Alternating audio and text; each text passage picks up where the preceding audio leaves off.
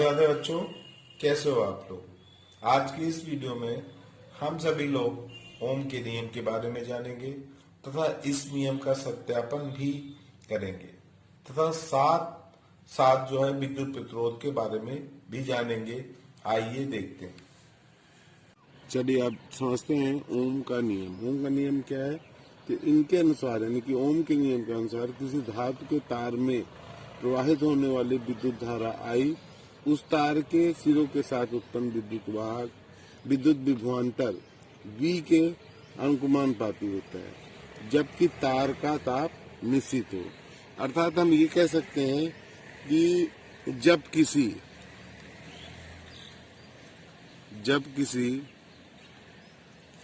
तार या चालक, यहाँ लिख दे रहे हैं, किसी चालक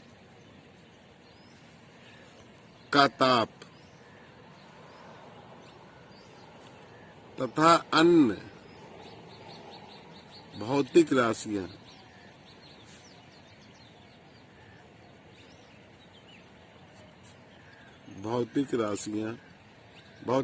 से मतलब है जैसे लंबाई हो गया, क्षेत्रफल हो गया इत्यादि नहीं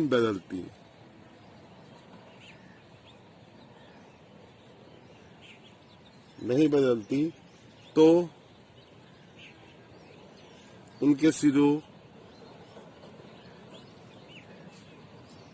सिरों के बीच विभवांतर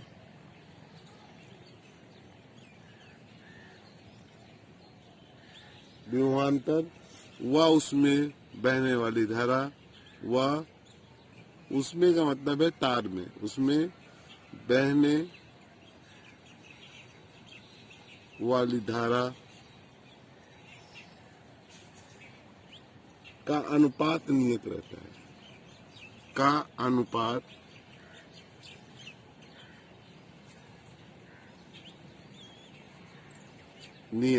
है। अर्थात हम ये भी कह सकते हैं कि V प्रोपोर्शनल I, या जब भी हम प्रोपोर्शनल का चिन्ह हटाते हैं, बराबर लगाते हैं तो एक नियतांक आता है। तो यहाँ नियतांक आपका R आएगा, तो V is equal to I आ रहा है। इसे ऐसे भी लिख सकते हैं, V is equal to I R। यही ओम का नियम है। अतः हम कह सकते हैं कि विभवांतर जो है वो अनुक्रमानुपाती होता है किसके? V प्रोपोर्शनल I धारा के अनुक्रमानुपाती होता है। अनुक्रमानुपाती का मतलब आप समझते ही हैं। अगर इसी में देखो हम विद्युत प्रतिरोध की भी परिभाषा बता सकते हैं। जैसे इसी में हमको R निकालना है, R, तो R इज इक्वल टू हो जाएगा, अब R इसके साथ इंटू में I है तो V अपॉन I। अर्थात हम ये भी कह सकते हैं कि चालक के सिरों के बीच चालक के सिर का विभवांतर और चालक में बहने वाली धारा का अनुपात वो प्रतिरोध कहलाता है। चलिए इसको आगे लिखाएंगे, हम आगे और समझाएंगे। अब देख लेते हैं ओम के नियम का हम सत्यापन कैसे करते हैं। तो ओम के नियम के सत्यापन के लिए हमें सबसे पहले किन किन चीजों की आवश्यकता होती है पहले वो देख लेते हैं। तो सबसे पहले तो हमें जो है क्या चाहिए, धारा मापने का, यानी कि एमीटर, आमीटर कह सकते हैं, आमीटर चाहिए। दूसरा एक प्रतिरोध तार चाहिए।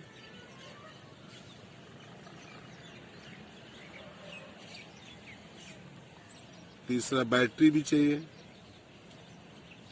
बैटरी। और जो है हमें धारा नियंत्रक भी चाहिए, क्योंकि धारा का मान हमें घटाना बढ़ाना है तो धारा नियंत्रक भी चाहिए। और अब इसके बाद हमें और क्या चाहिए, वोल्ट मीटर भी चाहिए, क्योंकि हमें विभवांतर किससे मापेंगे, वोल्ट मीटर से, तो वोल्ट मीटर भी चाहिए।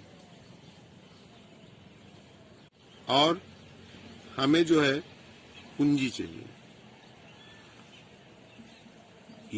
कि जब चाहे हम धारा का प्रवाह बंद कर दें, जब चाहे हम उसमें धारा प्रवाहित करें। इतनी चीज हमें चाहिए।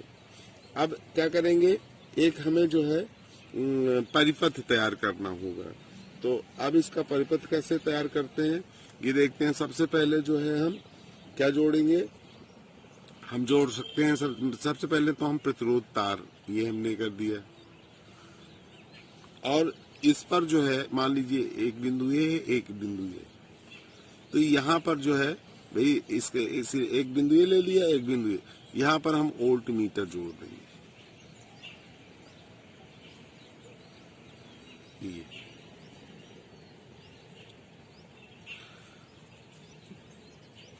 ये हमने वोल्ट मीटर जोड़ दिया।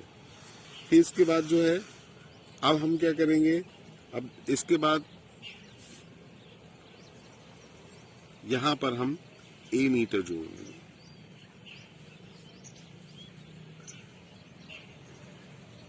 प्लस कर दें या माइनस कर दें। इसके बाद हमें यहाँ की लगा देंगे ऐसे, और यहां पर हम बैटरी जोड़ देंगे।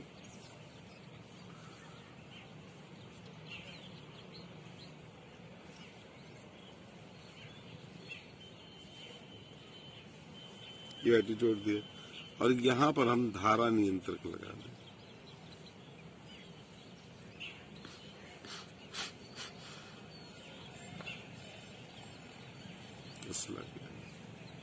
तो ये आपका परिपथ तैयार हो गया सत्यापन के लिए।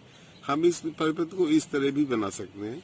सबसे पहले हमने जो है एक ये ऐसे हम ये जोड़ दिया, हमने वो मैग्नीन का तार जोड़ दिया। यहाँ पर हम वोल्ट मीटर जोड़ देंगे, ऐसे भी कर सकते हैं। ये हमने जोड़ दिया यहाँ वोल्ट मीटर के। इसके बाद जो है इसको आगे ले जाएंगे। यहाँ पर हम जो है आपका जो है वो जोड़ सकते हैं, की लगा सकते हैं। यहाँ पर हम आपका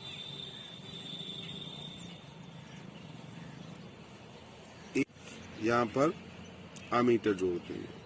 इसके बाद जो है यहाँ पर ले जाएंगे, यहाँ पर हम की जोड़ देंगे। यहाँ पर हम बैटरी जोड़ सकते हैं।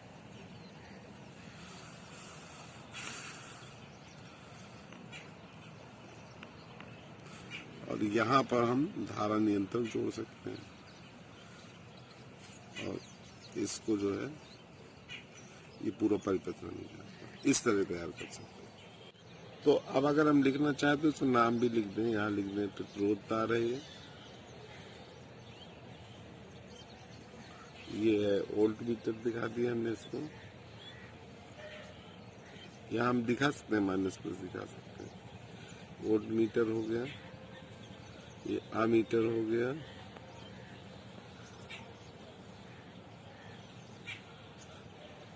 अमीटर है, ये कुंजी है, ये बैटरी है और ये धारा नियंत्रक।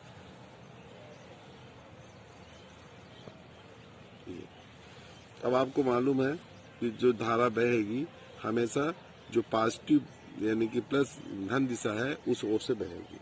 तो अब इसमें धारा जो बहेगी वो पहले जो है ये इसमें जाएगी, यानी कि अब यहाँ पर अगर हम की लगा देंगे तो धारा आगे बहेगी। अगर उसको निकाल लेंगे तो जो धारा आगे नहीं बहेगी। फिर इसके बाद अमीटर में आएगी। अमीटर में किसका पाठ हम ज्ञात करेंगे, यहाँ पर हम धारा का मान प्राप्त कर लेंगे। फिर ये जो है ऐसे धारा बहेगी आपकी, ये ऐसे धारा बहेगी। ये धारा नियंत्रक है, इसके द्वारा से कम अधिक कर सकते हैं धारा का मान। तो अब हम देख लेंगे कि इसको किस किस क्रम में जोड़े हैं। तो देखिए इसमें हमें जो दिख रहा है वो दो क्रम। अभी हमने आपको बताया नहीं है कि श्रेणी क्रम क्या है, समांतर क्रम क्या है। तो थोड़ा सा जान लीजिए। अगर हम जो है ये संयोजन, अगर मान लीजिए एक प्रतिरोध तार ये है, एक प्रतिरोध तार ये है। अगर इस क्रम में जोड़ते हैं तो ये श्रेणी क्रम कहलाता है, श्रेणी क्रम कहलाता है। अर्थात इसमें मान लो इसमें जो आपका प्रतिरोध है उसका एक सिरा, देखिए हम ये कह सकते हैं कि ये मान लो ये एक प्रतिरोध है, ये दूसरा प्रतिरोध है, ये तीसरा प्रतिरोध है। तो इस क्रम में होता क्या है, पहले प्रतिरोध का दूसरा जो सिरा है वो दूसरे प्रतिरोध के पहले सिरे से जोड़ते हैं। तो ये संयोजन क्या कहलाता है, श्रेणी संयोजन कहलाता है। समांतर संयोजन में होता क्या है, समांतर संयोजन, समांतर संयोजन में क्या होता है, इसमें क्या करते हैं, मान लो ये एक ये प्रतिरोध तार है, दूसरा जो है हमने ये जोड़ दिया, तीसरा ये जोड़ दिया।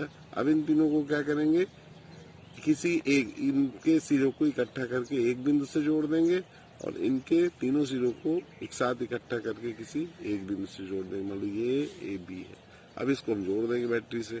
तो ये संयोजन क्या कहलाता है, ये समांतर संयोजन कहलाता है और ये श्रेणी संयोजन कहलाता है। तो इसमें देखिए हमारा क्या क्या जो है किस किस संयोजन में है, तो केवल हमारा जो है वोल्ट मीटर, ये जो है वोल्ट मीटर जो जुड़ा है, केवल यही जो है वो समांतर संयोजन में, बाकी सब श्रेणी संयोजन में जोड़ते हैं। तो इसको हम लिख सकते हैं कि बैटरी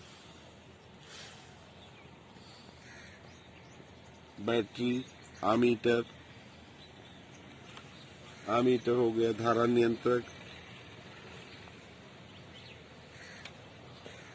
नियंत्रक कुंजी को श्रेणी क्रम में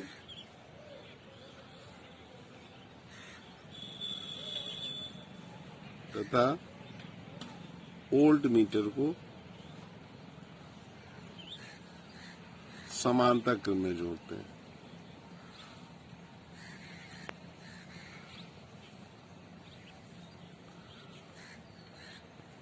की बात समझ में आई? तो अब आगे देखते हैं कि इसका सत्यापन करते कैसे हैं। चलिए अब देखते हैं उनके नियम में सत्यापन करने के लिए क्या करते हैं। तो सबसे पहले जो है ये ऐसा हम जो चित्र में दिखाया गया है एक परिपथ तैयार कर लेते हैं और इसके बाद जो है धारा नियंत्रक की सहायता से धारा का मान कम या अधिक कर जो है वोल्ट मीटर और अमीटर की रीडिंग ले लेते हैं और इसके बाद जो है उसका ग्राफी निरूपण करते हैं। तो ग्राफी निरूपण कैसे करते हैं, ये हमने दिखा दिया, ये एक्स अक्ष है और ये आपका वाई अक्ष है। अब इसमें मान लीजिए ये यहाँ तो 0 0 है, हम क्या करते हैं अलग अलग मान लिखते हैं। ये मान लीजिए यहाँ पर 0 है, ठीक है, इसको 0 दिखा दिया हमने, या इसमें हम विभवांतर दिखाते हैं, विभवांतर यानी कि एक्स अक्ष पर विभवांतर दिखाते हैं और वाई अक्ष पर धारा का मान दिखाते हैं। यहाँ पर हम धारा दिखाएंगे, आई लिख दिया हमने। अब जो है धारा का मान मान लीजिए हमने कर दिया यहाँ पर 0.2 एम्पियर।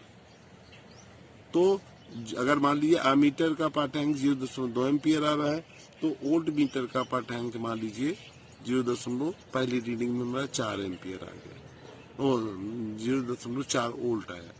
दूसरी अगर इसका मान हम जस्ट डबल कर दें 0.4 कर दें, 0.4 है, तो अब इसका मान जो है हमारा आ जाता है कितना 0.8 आ जाता है। अगर मान लीजिए इसको हम इसमें 0.6 कर देते हैं धारा का मान एम्पियर, तो इसका मान आ जाएगा इसमें 1.2 हो जाएगा, 1.2। तो इस तरह हम इसका ग्राफी निरूपण कर देंगे और इनको जब मिलाएंगे, मान लीजिए इसको और इसको आगे बढ़ा दिया हमने, यहाँ पर मिल गया, फिर इसको इस बिंदु इसको और इसको भी ये मिला देंगे, ऐसे ये आ जाएगा, फिर इसको मिला देंगे। तो चाहे जो मान मानिए, अगर हम उसको ग्राफ पेपर में दिखाएंगे, ग्राफी निरूपण करेंगे, तो क्या होगा, इस तरह हमें प्राप्त होगा। अब इसको और इसको इनको मिलाते हुए हम ऐसे रेखा खींच देंगे जो ये सीधी रेखा को प्रदर्शित करेगी, सीधी रेखा प्रदर्शित करेगी। इससे हमें ये पता चलता है कि प्रत्येक प्रेक्षण में, अब हम प्रेक्षण 1 लिख सकते हैं, प्रेक्षण 2, प्रेक्षण 3, अब इसमें लिख सकते हैं, तो यहाँ लिख दें प्रेक्षण 1 में ये प्रेक्षण 2, प्रेक्षण 3। तो अब इसमें देखिए, इसमें हम निकाल लें V अपान I, इसका मान निकाल लें। तो देखिए V का मान कितना हमने दिखाया, 0.4 है, 0.4, और I का मान 0.2 है। इसी तरह प्रेक्षण 2 में हमने V अपान I इसको मान निकाल लें, तो यहाँ पर हमने दिखाया था 0.8, और यहाँ पर आएगा 0.4 है। यहाँ पर प्रेक्षण 3 में हमने V अपान I ये निकाल लें, इसका अनुपात विभवांतर और धारा का, तो यहाँ पर हमने दिखाया था 0.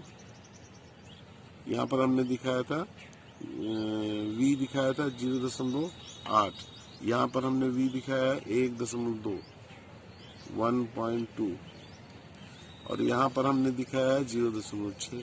तो देखिए, अगर हम इसका अनुपात निकालें तो देखिए प्रत्येक बार देखिए इसको हम काटेंगे 2 ही आएगा, यहाँ पर पॉइंट हट जाएगा, यहाँ भी 2 आएगा, यहाँ भी 2 आएगा। तो इस तरह हम देखते हैं कि V अपान I इसका मान नियत रहता है, निश्चित रहता है। यही ओम के नियम का सत्यापन है। तो और एक चीज ये भी जान लीजिए कि ओम का नियम केवल धातु चालकों के लिए ही सत्य है। यदि लगाया गया विभवांतर V तथा चालक में प्रवाहित धारा I के बीच ग्राफी निरूपण करें तो एक सरल रेखा प्राप्त होगी। तो इस तरह ओम के नियम का सत्यापन हो जाता है। कोई जरूरी नहीं है कि जो हमने मान इसमें दर्शाया है वही लिखे। हम कोई भी मान अगर लेते हैं, मान लीजिए धारा का मान, और फिर विभवांतर इस तरह जोड़कर धारा और विभवांतर के बीच अनुपात निकालेंगे तो सदैव वो नियत आएगा। चाहे धारा का मान हम अलग अलग दिखाएं और तो अलग अलग विभवांतर भी प्राप्त होगा। तो इस तरह उनका अनुपात सदैव नियत ही रहेगा। तो इस तरह हम ओम के नियम का सत्यापन कर सकते हैं। चलिए अब देखते हैं विद्युत प्रतिरोध क्या है। तो इससे पहले मैंने जब ओम का नियम का सत्यापन बताया था, उसमें आपको बताया था कि किसी चालक में विभवांतर और जो धारा का अनुपात होता है वो चालक का प्रतिरोध कहलाता है। लेकिन रियल में क्या है वो देख लीजिए। किसी चालक का वो गुण जिसके कारण वो उसमें प्रवाहित होने वाली धारा, जो विद्युत धारा प्रवाहित होती है, उसका प्रवाह का विरोध करता है, तो उस चालक का वो प्रतिरोध कहलाता है। लेकिन हम इसको जो है हम लिखते हैं, ये भी लिखेंगे, हम चाहे ये परिभाषा लिख दें, लेकिन हमारा मेन मकसद ये है कि देखिए ओम का नियम V = I/R, ये मैंने आपको बताया था। तो R = V अपान I। तो परिभाषा जो हमें लिखना है, अगर विद्युत प्रतिरोध की परिभाषा आता है तो हम यही लिखेंगे कि किसी चालक में बहने वाली किसी चालक के सिरों के बीच विभवांतर तथा उसमें बहने वाली धारा के अनुपात को हम प्रतिरोध कहते हैं, उस चालक का प्रतिरोध कहते हैं। और ये एक अदिश राशि है, ये एक अदिश राशि है। ये मतलब प्रतिरोध एक अदिश राशि है। इसको R से प्रदर्शित करते हैं। अब इसमें देखिए बहुत कुछ प्रतिरोध जान लें जो बड़े हैं, जैसे 1 मेगा ओम। अब ये एक अदिश राशि है। अब सबसे पहले इसका एक चीज और जान लेते हैं, मात्रक। प्रतिरोध का मात्रक क्या होता है? तो देखिए विभवांतर का मात्रक क्या होता है? विभवांतर का मात्रक होता है वोल्ट होता है। और इसका मात्रक क्या होता है? धारा का एम्पियर होता है। तो वोल्ट प्रति एम्पियर, या इसी को हम कहते हैं ओम भी कहते हैं। वोल्ट प्रति एम्पियर को ओम कहते हैं। अब इसमें बहुत बड़े प्रतिरोध का व्यक्त किसमें कहते हैं? अगर बड़ा प्रतिरोध व्यक्त करना है तो 1 मेगा ओम कर देंगे। अगर मान लीजिए छोटा प्रतिरोध किससे व्यक्त करते हैं तो माइक्रो ओम हो गया। तो 1 मेगा ओम बराबर होता है 10 की घात कितना हो जाएगा? 6 ओम। और जो माइक्रो हो जाएगा वो 10 की घात -6 ओम हो जाएगा।